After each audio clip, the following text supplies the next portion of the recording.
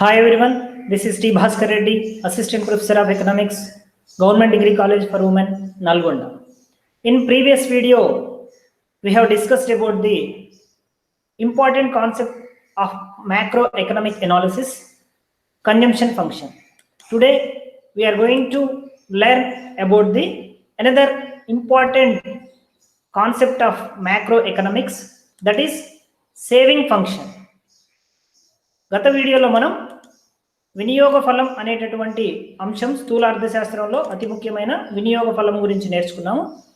Today's video today in this class we are going to learn about the meaning of saving function, what is saving function.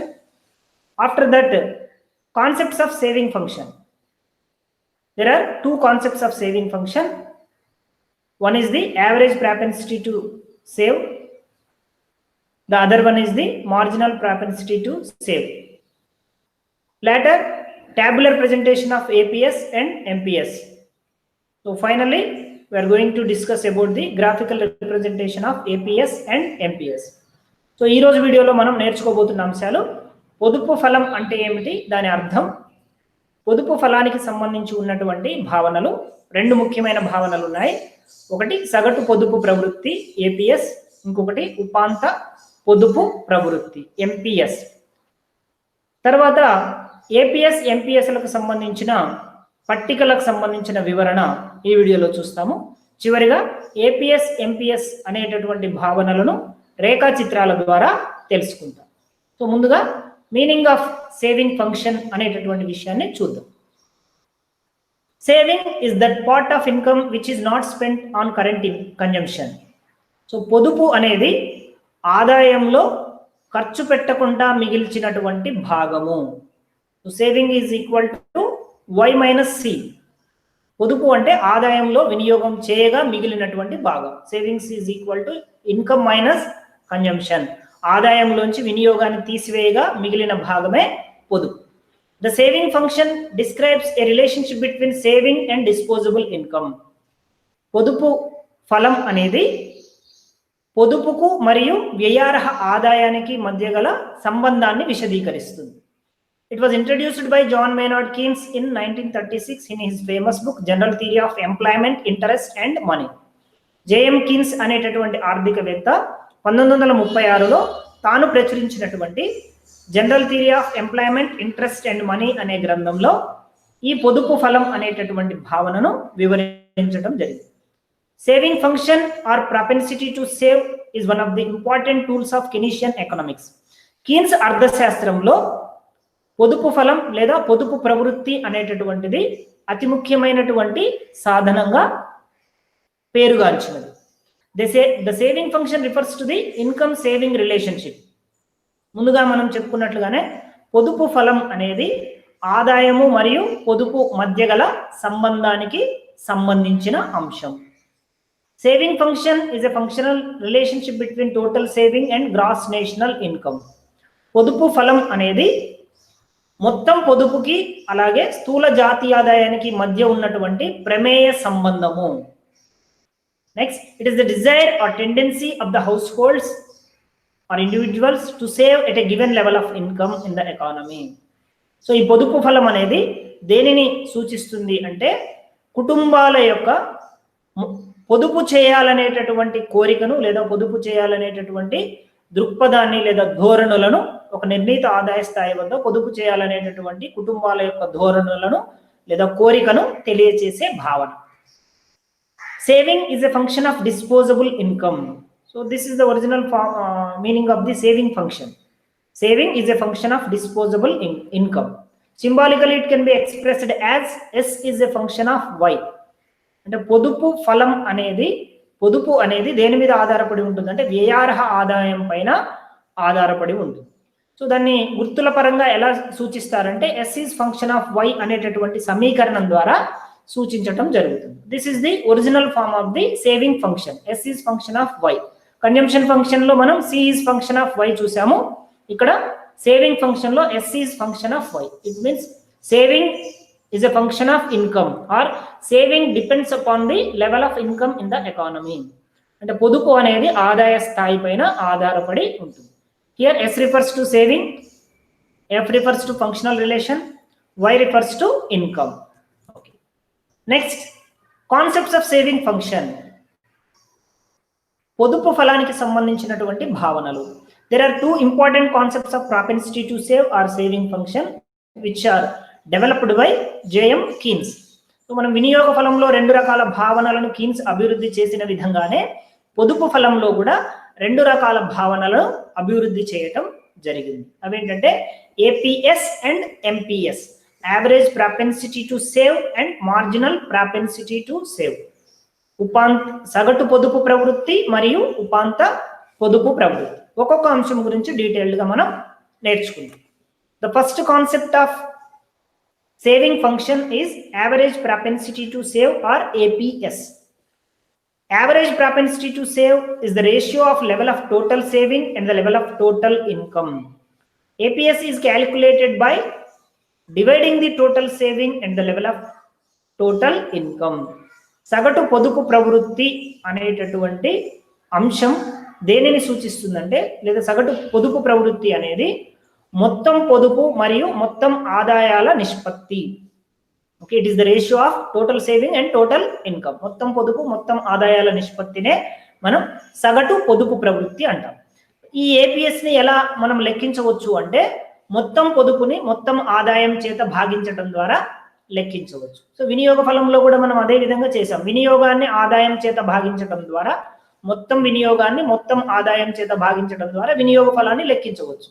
అదే విధంగా మొత్తం పొదుపుని మొత్తం ఆదాయం చేత భాగించడం ద్వారా పొదుపు ఫలాన్ని లేదా సగటు పొదుపు ప్రవృత్తిని లెక్కించవచ్చు. Symbolically it can be expressed as APS is equal to S by why.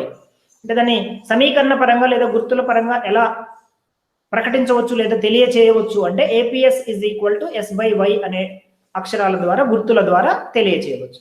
Here APS is the average propensity to save, సగటు పొదుపు ప్రవృత్తి.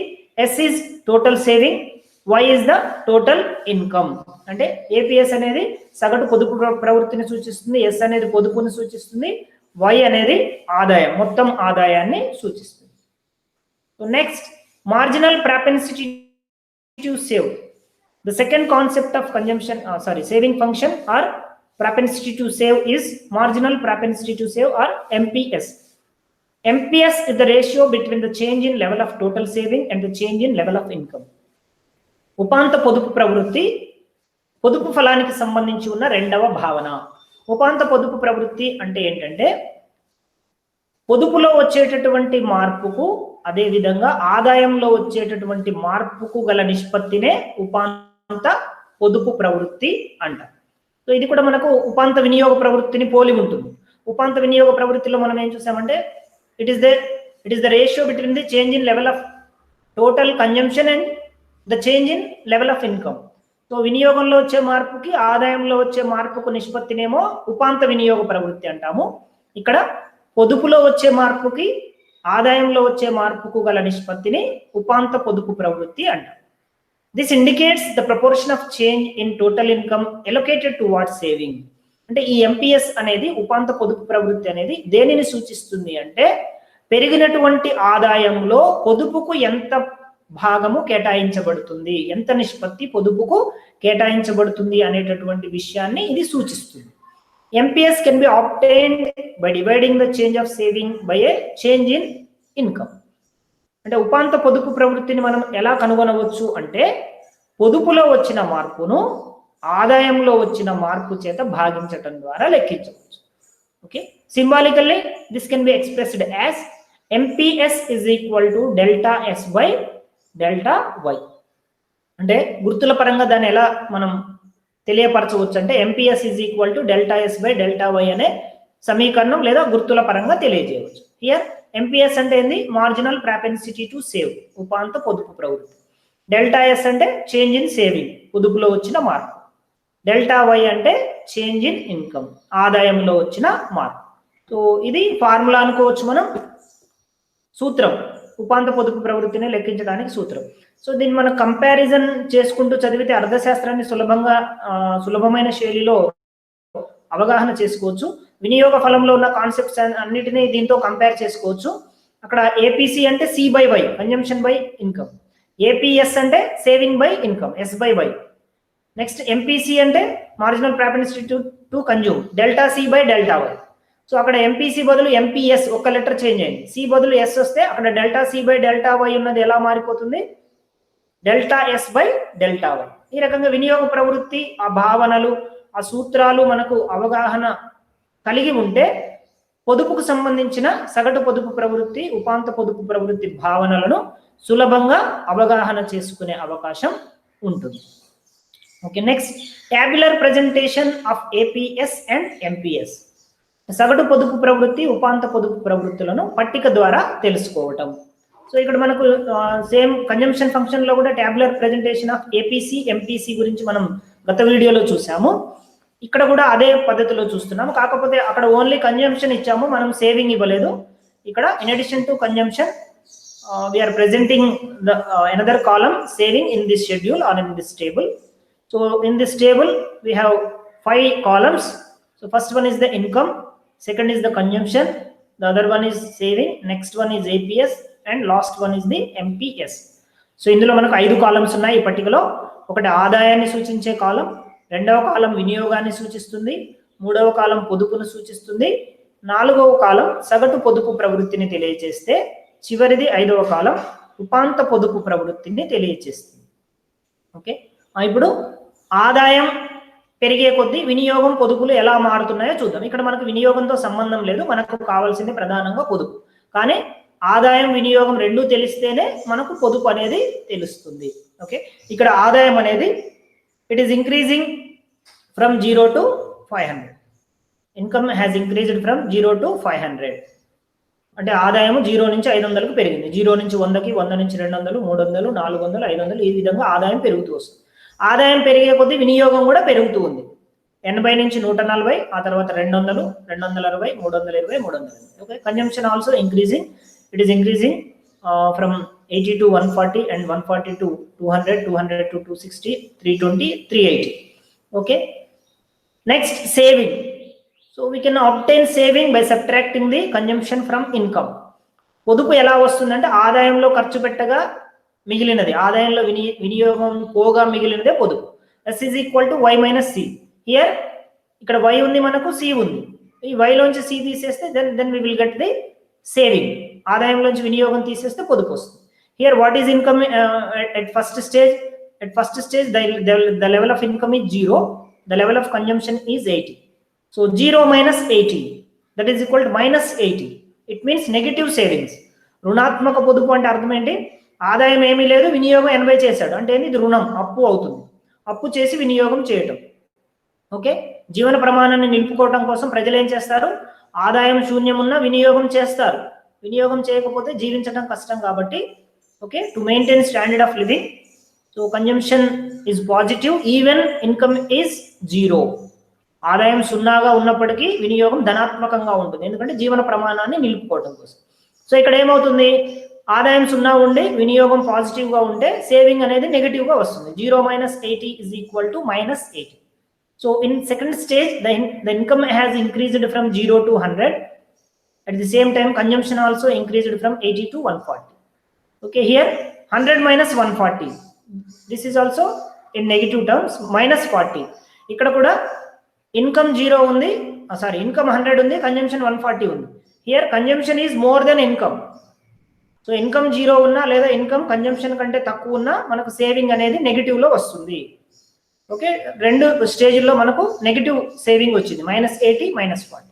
Next in third stage income has increased from 100 to 200, consumption has increased to 140 to 200. Here both are equal, income consumption are equal, then savings will become 0. ఆదాయము వినియోగము రెండు సమానంగా ఉంటే పొదుపు శూన్యం అవుతుంది, ఎందుకంటే ఆదాయంలో ఖర్చు పెట్టగా మిగిలిందే పొదుపు కాబట్టి ఆదాయం అంతా ఖర్చు చేసినప్పుడు పొదుపు శూన్యం అవుతుంది. Savings will become 0. Okay, next after that income has increased from 200 to 300, consumption increased from 200 to 260. Here savings become positive, పొదుపు అనే సేవింగ్ బికమ్ పాజిటివ్, ఇక్కడ ధనాత్మకంగా మారింది. 300 minus 260, that is equal to 40. Next stage 400 minus 320, 80.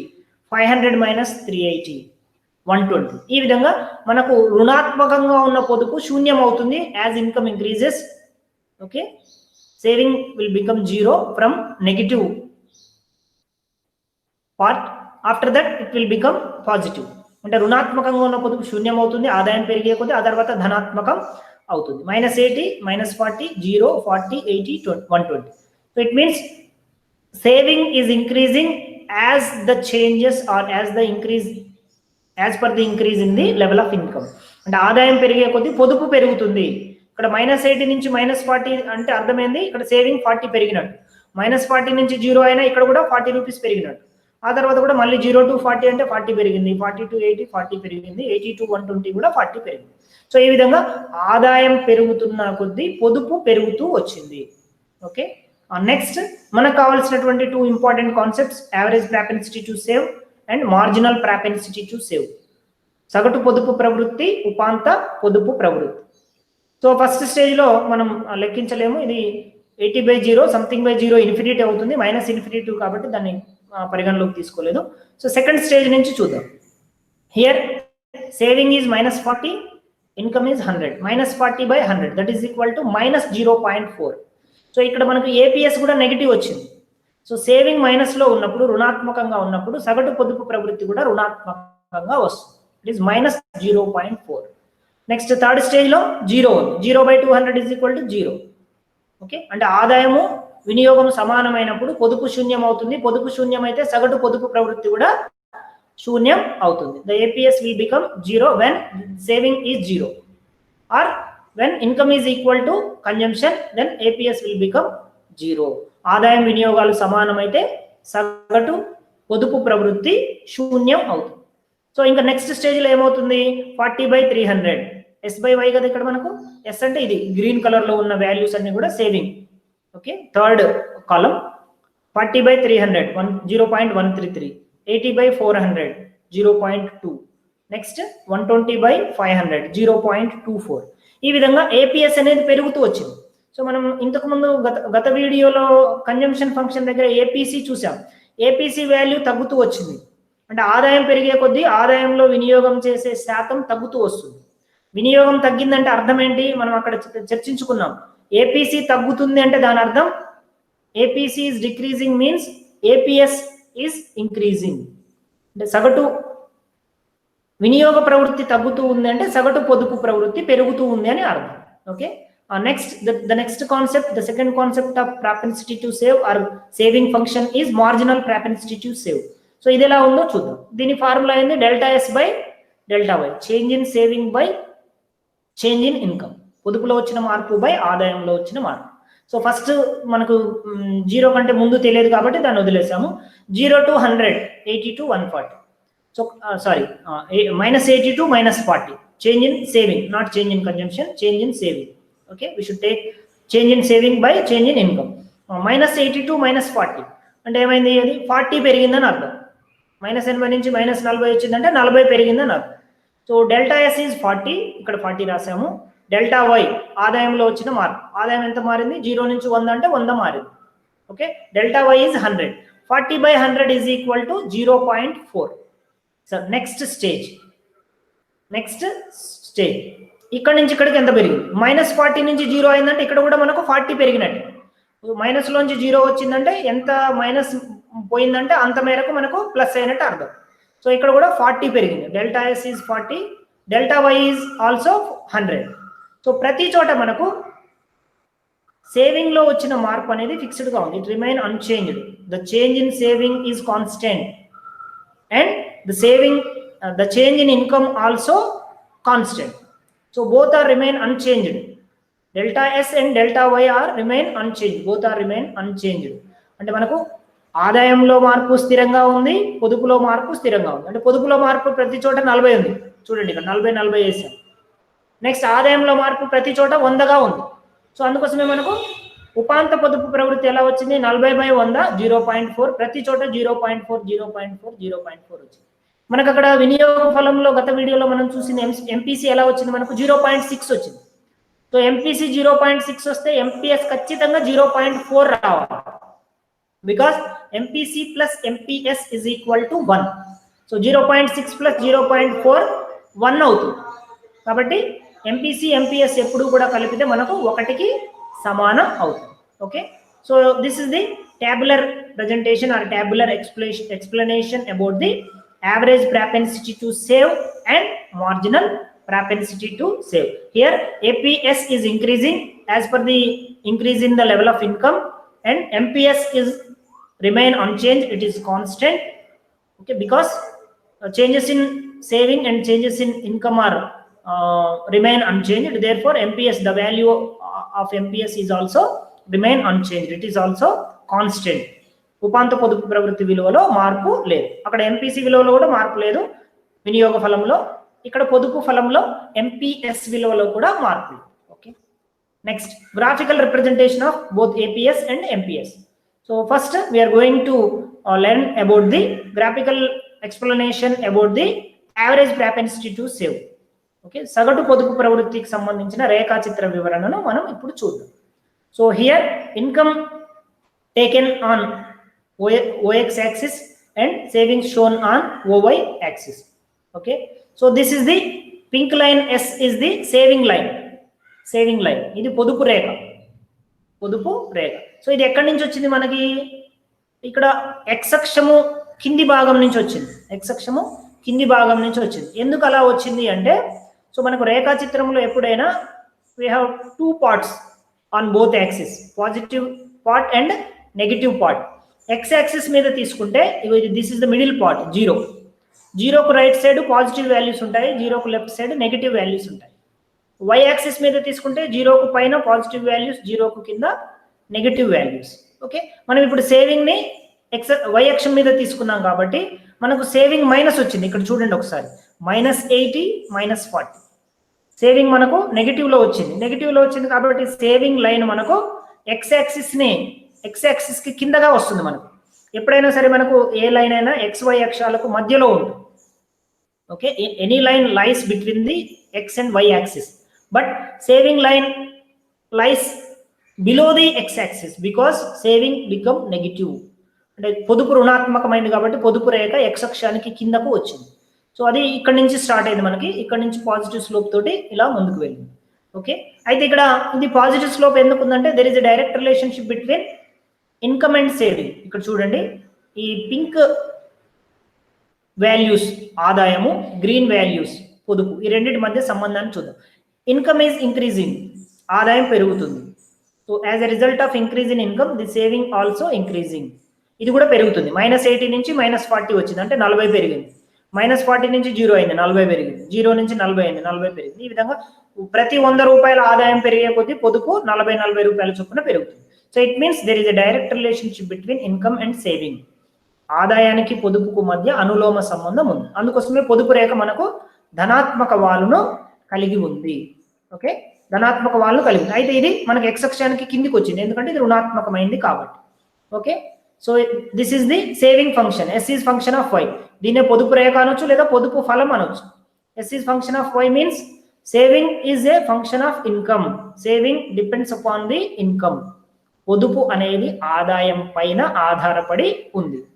Okay, ఇదే పొదుపు రేఖ. So ఇక్కడ పొదుపు రేఖ X అక్షాన్ని తాకింది అంటే అర్థమైంది అది శూన్యమైందని అర్థం. ఓకే, ఇక్కడ 0 యాక్సిస్ అని చెప్పుకున్నాం కదా, వై అక్షాన్ని ఎక్స్ అక్షం రెండు ఖండించుకున్న పాయింట్ 0 అవుతుంది. సో ఇది ఒక రేఖ ఎక్స్ అక్షాన్ని తాకిందంటే దాని విలువ 0 అయినదని అర్థం. సో ఎక్స్ అక్షానికి కింద మైనస్, ఎక్స్ అక్షాన్ని తాకిన చోట 0, ఎక్స్ అక్షానికి పైన పాజిటివ్. ఇదంతా కూడా ధనాత్మక పొదుపు. పాజిటివ్ మనకు 40, 80, 120 ఉంది కదా, ఇదంతా పాజిటివ్ వాల్యూస్. సో ఆదాయం వినియోగం సమానమైన దగ్గర సేవింగ్ 0 అయింది. సో ఆదాయం కంటే వినియోగం ఎక్కువ ఉన్నప్పుడు సేవింగ్ రుణాత్మకంగా ఉంది, అందుకే దీన్ని ఎక్స్ అక్షం కింద చూపించాం. ఓకే, ఇక్కడ మనం ఏపీఎస్ కనుక్కోవాలి. So what is the formula to obtain APS? It is S/Y, saving by income. Here what is the saving? Saving is OS at point E. Okay, at point E we are going to calculate the APS. ఈ బిందువు దగ్గర మనం సగటు పొదుపు ప్రవృత్తిని లెక్కించే ప్రయత్నం చేస్తున్నాం. So at point E what is the saving amount? What is the saving quantity? That is OS. What is income? What is the level of income at point E? The level of income is OY. Okay, S/Y, saving by income. It means saving OS ఉంది కాబట్టి OS divided by income OY ఉంది కాబట్టి OY రాస్తాం. So APS సగటు పొదుపు ప్రవృత్తి ఎంత అంటే OS by OY. So this distance divided by this distance, OS distance divided by OY distance. Okay, if we divide both these two distances, then we will get APS, average propensity to save. Okay, ఈ విధంగా మనం రేఖాచిత్రం ద్వారా కూడా సగటు పొదుపు ప్రవృత్తిని తెలుసుకోవచ్చు S/Y అనే సూత్రం ఉపయోగించి. Okay, next graphical explanation about the marginal propensity to save.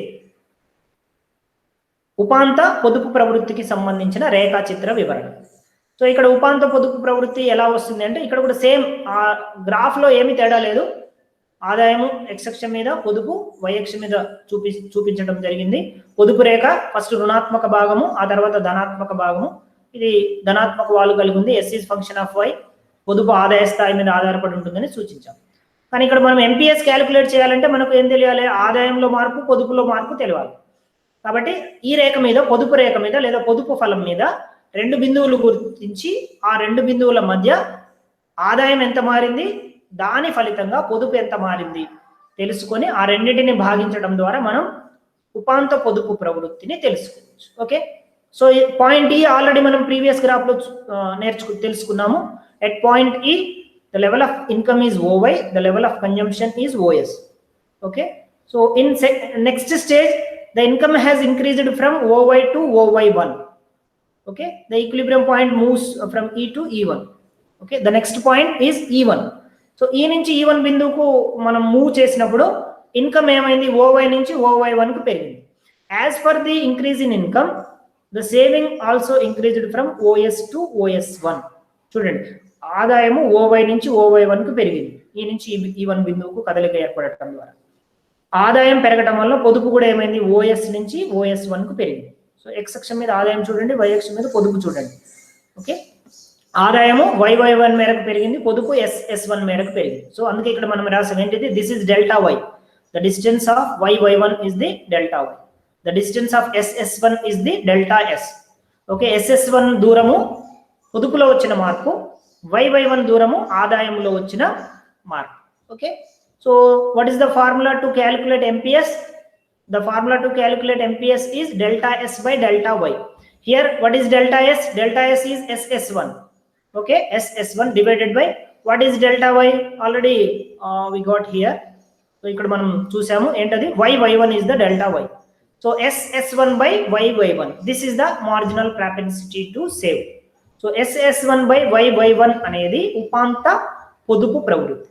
So ఈ విధంగా మనం పొదుపు రేఖ మీద ఏవైనా రెండు బిందువులు గుర్తించి ఆ రెండు బిందువుల వద్ద ఉన్న ఆదాయము, ఆ రెండు బిందువుల వద్ద ఉన్న పొదుపు గమనించి ఆదాయంలో వచ్చిన మార్పు ఎంత, దాని ఫలితంగా పొదుపులో వచ్చిన మార్పు ఎంత తెలుసుకొని పొదుపులో వచ్చిన మార్పును ఆదాయంలో వచ్చిన మార్పు చేత భాగించడం ద్వారా మనం పొదుపు ప్రవృత్తిని లెక్కించవచ్చు. Okay, next this is the final graph. So both graphs are merged in this graph. రెండు రేఖల్ని కలిపి ఒకే రేఖాపటంలో సూచించడం జరిగింది. సో కన్జంప్షన్ పైన సూచించాము, సేవింగ్ కింద సూచించాము. అంటే మనకు కన్జంప్షన్ ఫంక్షన్, సేవింగ్ ఫంక్షన్ రెండు కూడా ఒకే రేఖాపటంలో వచ్చాయి. ఓకే, ఇక్కడ x అక్షం మీద ఇన్కమ్ ఫస్ట్ గ్రాఫ్ లో, పై గ్రాఫ్ ఎబో గ్రాఫ్ లో y అక్షం మీద కన్జంప్షన్, ఇక్కడ x అక్షం మీద ఇన్కమ్, y అక్షం మీద saving. So this is the income line, y is the income line, c is the consumption line. C is the consumption line. చూడండి, ఇక్కడ ఇన్కమ్ 0 ఉన్న కన్జంప్షన్ పాజిటివ్ ఉంది. సో ఇక్కడ నుంచి ఇక్కడికి చూడండి, బ్లాక్ లైన్ స్టార్ట్ అయిన దగ్గర నుంచి 0 అంటే ఆదాయం శూన్యం ఉన్న వినియోగం పాజిటివ్ గా ఉంటుంది. సో ఇది పాజిటివ్ గా ఉన్నప్పుడు సేవింగ్ నెగిటివ్ అవుతుంది. ఇక్కడ కింది రేఖాపటంలో మనకు స్పష్టంగా తెలుస్తుంది. Okay, saving become negative. Okay, as income is 0, consumption is positive, it means saving become negative. అంటే ఆదాయం శూన్యంగా ఉండి వినియోగం ధనాత్మకంగా ఉంటే పొదుపు రుణాత్మకం అవుతుంది. మనం షెడ్యూల్లో ఆల్రెడీ చూసాం మనం. Okay, next C is the consumption line, S is the saving line, Y is the income line. Okay, here at point E the C curve and Y curve intersects each other. అంటే C రేఖ Y రేఖ రెండు ఖండించుకున్నాయి ఈ బిందువు దగ్గర. It means at point E income is equal to consumption. ఈ బిందువు దగ్గర ఆదాయము వినియోగము సమానమైన. సో మనం ఇంతకుముందు పట్టికలో చూసాం ఏంటది? ఆదాయము వినియోగము రెండు సమానమైతే పొదుపు శూన్యం అవుతుంది. When income is equal to consumption, then saving will become 0. So ఇక్కడ మనకు ఆదాయ రేఖ వినియోగ రేఖ ఖండించుకున్నాయంటే ఆదాయము వినియోగము సమానం అయినాయి. ఆదాయం వినియోగం సమానమైనప్పుడు ఇక్కడ కింది రేఖాపటంలో ఎస్ రేఖ ఎక్స్ అక్షాన్ని తాకింది. ఎక్స్ అక్షాన్ని తాకిందంటే అర్థం ఏంటి? పొదుపు శూన్యమైంది. ఎప్పుడు పొదుపు శూన్యం అవుతుంది? When income is equal to consumption, then saving will become zero. ఆదాయము వినియోగము సమానమైనప్పుడు పొదుపు శూన్యం అవుతుంది. ఓకే, ఇది ఇక్కడ మనం చూడటం జరిగింది. సో దీనికంటే ముందు before the point E, okay, the consumption is more than income. So ఈ బిందువు కంటే ముందు వినియోగ రేఖ పైన ఉంది, ఆదాయ రేఖ కింద ఉంది. చూడండి, బ్లాక్ రేఖ consumption curve and pink line is the income curve. So before E the consumption lies above the income line. It means the consumption is more than income before the point E. ఈ బిందువు కంటే ముందు వినియోగం ఎక్కువ ఉంది, ఆదాయం తక్కువ ఉంది. C is greater than Y. Okay, it can be denoted as Y is less than C. Both are same. వినియోగం ఎక్కువ, ఆదాయం తక్కువ. C is greater than Y అని రాసిన, Y is less than C అని రాసిన ఒకటి. Okay, so when consumption is more than income, then saving will become negative. చూడండి, ఈ బిందువు కంటే ముందు సి పైన ఉంది, వై కింద ఉంది, అంటే కన్జంప్షన్ ఎక్కువ ఉంది, ఇన్కమ్ తక్కువ ఉంది. అంటే అర్థం ఏంటి? నెగటివ్ సేవింగ్స్ ఉన్నాయి, అంటే అప్పు చేయాల్సిన అవసరం ఉంది. ఆదాయం కంటే వినియోగం ఎక్కువ ఉంది అంటే అర్థం ఏంటి? ఫర్ ఎగ్జాంపుల్, ఒక పర్సన్ కి 100 రూపాయల ఆదాయం ఉంది, 150 రూపాయలు ఖర్చు పెట్టాడు అంటే అర్థం ఏంటి? 50 రూపాయలు అప్పు చేశాడని అర్థం. నెగిటివ్ సేవింగ్ అంటే అది రుణం చేసినట్టు. Okay, so this part showing before OQ or before point E savings, negative savings portion. This portion is the, this triangle portion is the negative savings portion. Okay, after point E, so the income curve lies above the consumption curve. So ఈ బిందువు తర్వాత మనం గమనిస్తే ఆదాయ రేఖ పైన ఉంది, వినియోగ రేఖ కింద ఉంది. So it means consumption is less than income or income is more than consumption. ఈ బిందువు తర్వాత మనకి ఏమైంది? ఆదాయం ఎక్కువ ఉంది, వినియోగం తక్కువ ఉంది. Okay, when consumption is less than income or income is more than consumption, then saving will become positive. అంటే పొదుపు ధనాత్మకం అవుతుంది. సో ఈ రకంగా మనం ఆదాయము వినియోగము పొదుపుల మధ్య సంబంధాన్ని సులభంగా అర్థం చేసుకోవచ్చు. సింపుల్ థింగ్ మనం గుర్తుపెట్టుకోవాల్సింది ఏంటంటే, ఆదాయము కంటే వినియోగం ఎక్కువ ఉంటే పొదుపు మైనస్ అవుతుంది, రుణాత్మకం అవుతుంది. ఆదాయము వినియోగము రెండు సమానంగా ఉంటే పొదుపు జీరో అవుతుంది. ఆదాయం కంటే వినియోగం తక్కువ ఉంటే పొదుపు ధనాత్మకంగా ఉంటుంది, అంటే ఎంతో కొంత మనకు న్యూమరికల్ వాల్యూస్ వస్తాయి. ఓకే, సో ఈ రకంగా ఈ బిందువు తర్వాత ఎస్ రేఖ ఎక్స్ అక్షానికి పైకి వచ్చింది, అంటే పాజిటివ్ గా ఉంది.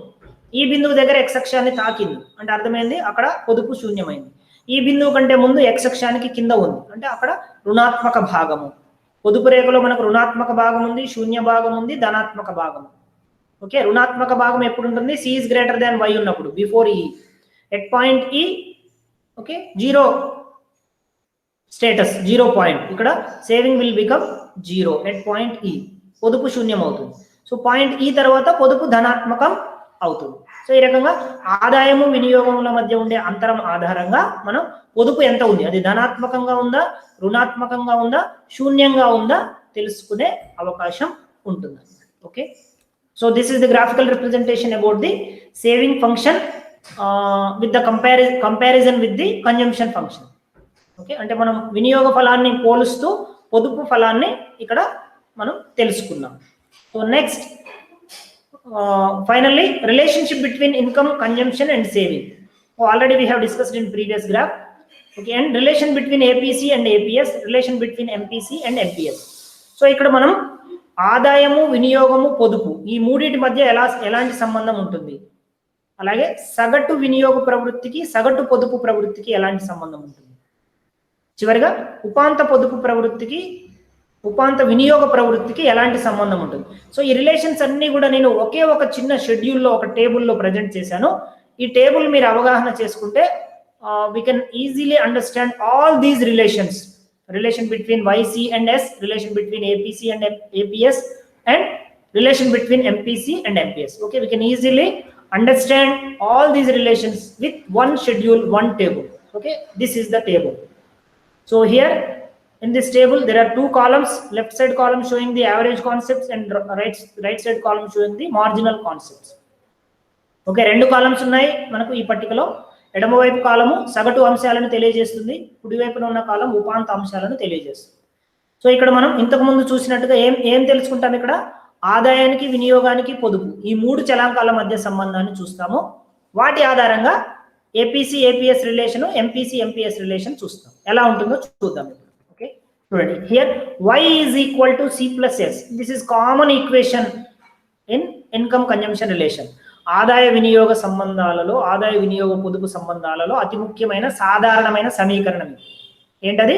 y is equal to C plus S. మనం నేషనల్ ఇన్కమ్ కాన్సెప్ట్స్ లో కూడా డిస్పోజబుల్ ఇన్కమ్ లో ఇదే ఈక్వేషన్ రాస్తాం. మొత్తం వ్యయార్హ ఆదాయము 2 భాగాలుగా విడిపడి ఉంటుంది. ఒకటి వినియోగ వ్యయము, ఇంకొకటి పొదుపు. అంటే ఆదాయంలో కొంత వినియోగం చేస్తారు, కొంత పొదుపు చేయబడుతుంది. Total income is divided into 2 parts. One part is consumption, the other part is the saving. Okay, this is next marginal. Marginal అంటే చేంజెస్. ఇప్పుడు y ముందు డెల్టా పెట్టాం అంటే డెల్టా y, c ముందు డెల్టా పెట్టండి, s ముందు డెల్టా పెట్టండి.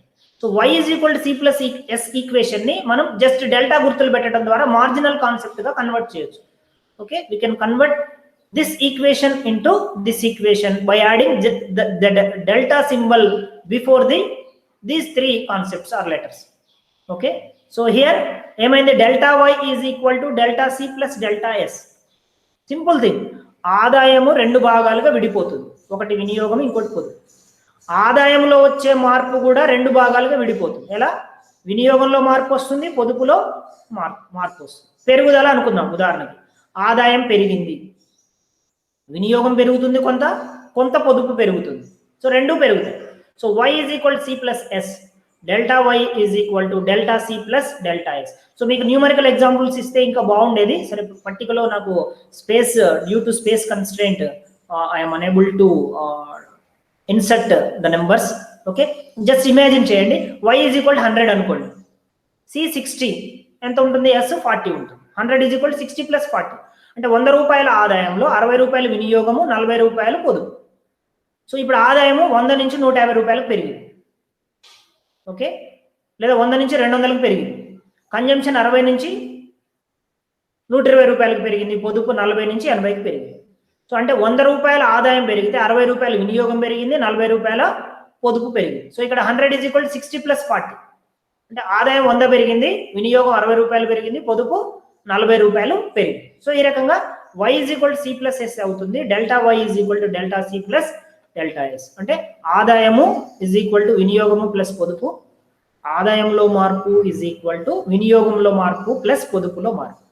So ఇప్పుడు ఆదాయాన్ని మనం ఒకటిగా పరిగణిస్తాము, వినియోగానికి సంబంధించి average propensity to consume concept తీసుకుంటాము, సేవింగ్ కి సంబంధించి యావరేజ్ ప్రాపెన్సిటీ టు సేవింగ్ తీసుకుంటాము. సో అప్పుడు ఏమవుతుంది? APC plus APS is equal to 1.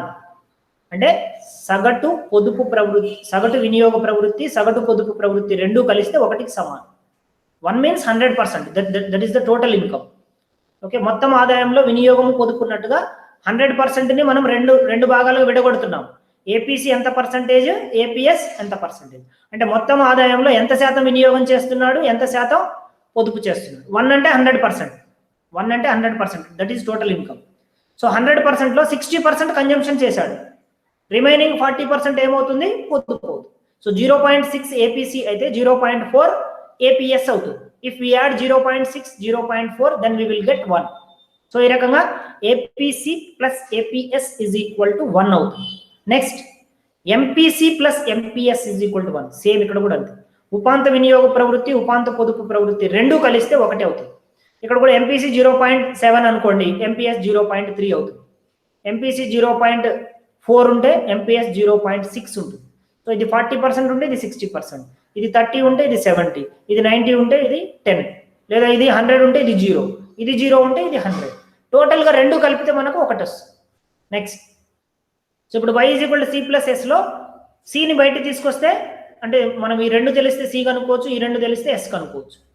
C is equal to ఏమవుతుంది? y minus yes. సో ఇంతకుముందు మనం 100 రూపాయల ఆదాయము, 60 రూపాయల వినియోగం, 40 రూపాయల పొదుపు అనుకున్నాగా. అప్పుడు ఏమవుతుంది? 100 రూపాయల ఆదాయంలోంచి 40 రూపాయల పొదుపు తీసేస్తే మనకి ఎంత మిగులుతుంది? 60 రూపాయలు మిగులుతుంది. That is consumption. So C is equal to y minus yes.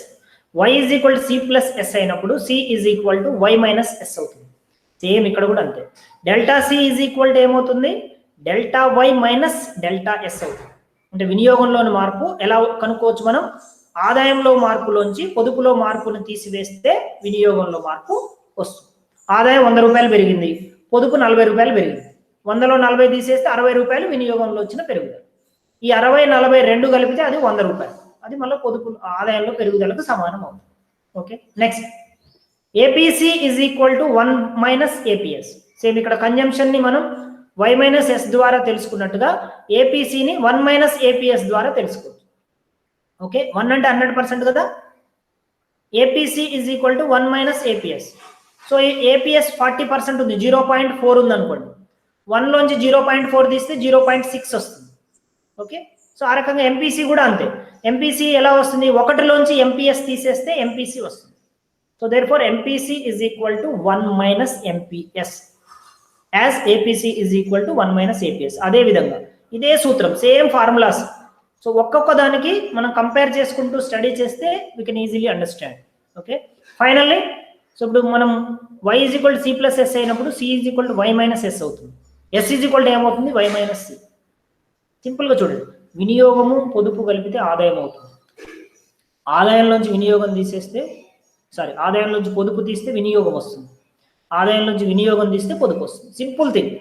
అంటే వైలోంచి ఎస్ తీస్తే సి వస్తుంది, వైలోంచి సి తీసేస్తే ఎస్ వస్తుంది. 1 లోంచి ఏపీఎస్ తీస్తే ఏపీసీ వస్తుంది, 1 లోంచి ఏపీసీ తీసివేస్తే ఏపీఎస్ వస్తుంది. ఎంపీఎస్లో కూడా అలాగే. ఓకే, ఇక్కడ delta S is equal to delta Y minus delta C. పొదుపులో మార్పు ఎలా వస్తుంది? ఆదాయంలో మార్పులోంచి వినియోగంలో మార్పు తీసివేస్తే వస్తుంది. సో ఎంపీఎస్ కూడా ఎలా వస్తుంది? 1 లోంచి ఎంపీసీని తీసివేయడం. Okay, so this is the relationship among the different concepts regarding the consumption function as well as the saving function. So వినియోగ ఫలానికి మరియు పొదుపు ఫలానికి సంబంధించి ఉన్నటువంటి వివిధ భావనలు, వాటి మధ్య సంబంధం ఉంటుంది. సో ఇది చాలా తేలిక, సింపుల్ లాజిక్. ఇది ఒక్క అంశాన్ని పట్టుకుంటే మనం అవగాహన చేసుకుంటే దాన్ని కంపేర్ చేస్తూ మిగతా అంశాలన్నిటినీ సులభంగా నేర్చుకునేటటువంటి, తెలుసుకునేటటువంటి అవకాశం ఉంటుంది. ఓకే, సో ఓకే, ఇంతటితో ఈ వీడియో పాఠ్యాంశాన్ని ముగిస్తున్నాను. సో ఈ వీడియో పాఠ్యాంశంలో మనం ఇప్పటి వరకు ఏం తెలుసుకున్నామంటే పొదుపు ఫలం అంటే ఏమిటి, what is saving function, what are the concepts of saving function, పొదుపు ఫలానికి సంబంధించిన ముఖ్యమైన భావనలు ఏంటి, ఏపీఎస్ అంటే ఏంటి, ఎంపీఎస్ అంటే ఏంటి, దాన్ని ఎలా లెక్కిస్తారు, వాటికి ఉన్న సూత్రాలు ఏంటి, వాటిని పట్టిక ద్వారా ఎలా లెక్కించవచ్చు, రేఖాచిత్రం ద్వారా ఎలా తెలుసుకోవచ్చు, చివరిగా ఏపీసీ, ఏపీఎస్, ఎంపీసీ, ఎంపీఎస్, వైసిఎస్ అనేటటువంటి చలాంకాల మధ్య ఎలాంటి సంబంధం ఉంటుంది అనేటటువంటి విషయాలను ఈ వీడియో ద్వారా మనం నేర్చుకున్నాం. మరొక ముఖ్యమైనటువంటి పాఠ్యాంశంతో మళ్ళీ ఇంకో వీడియోలో కలుసుకుందాం. అప్పటి వరకు ఉంటా. Thank you very much. See you.